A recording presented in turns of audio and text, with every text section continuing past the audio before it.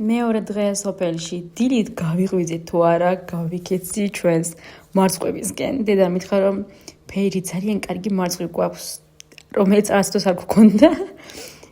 და მართალი ყოფილა, როგორი ნაყოფიერია წელს ჩვენი მარწყვი. ჩვენი დებილი მელისა, ამან გამაღვიძა 6-ზე.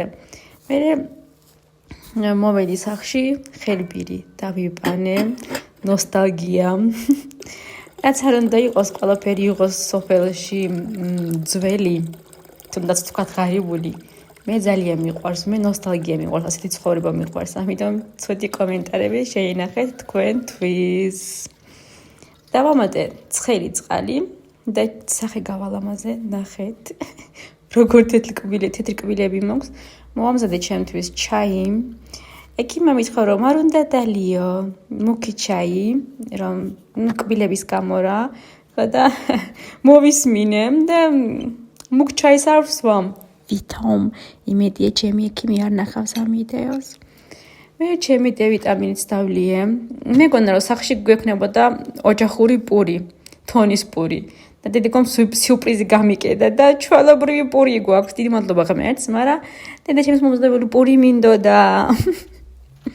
დავლიე D ვიტამინიც ხომ? დედა ჩემი ცილონურ სამუშაოებზეა. სანამ ისმობა, მინდა მისი საყვარელი საჭმელი მოვამზადო.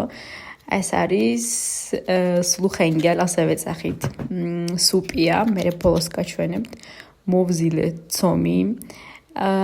ცომის მოზილვა ბატარობიდან ვიცი, როცა მე ვიყავი დაახლოებით 11-12 წლის, დედა ჩემმა გაიარა მძიმე ოპერაცია და ვერაფერს ვერ აკეთებდა.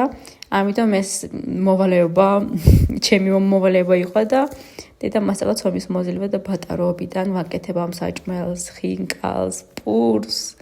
რავი, ყველაფერს ვაკეთებ. სადღაც 2 წელი ვიცხოვეთ ასე მე, დიდი მადლობა ღმერთს დედა ჩემმა. გამოჯამრთელდა და თვითონ აკეთებდა ყველაფერს, მაგრამ უკვე მე მქონდა ძალიან დიდი გამოცდილება, როცა ჩავაბარე უნივერსიტეტში, არ გამიჭირდა საერთოდ. ყველაფერს თვითონ ვამზადებდი.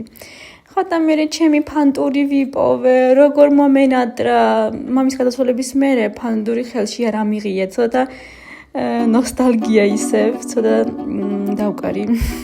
ძალიან კარგი იყო. ეს სახელური ჩემი ხელნაკეთი ნახეთ.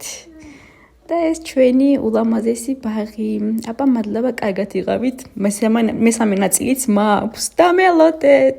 აქამდე თუ იყურეთ ერთი წითელი გული კომენტარებში.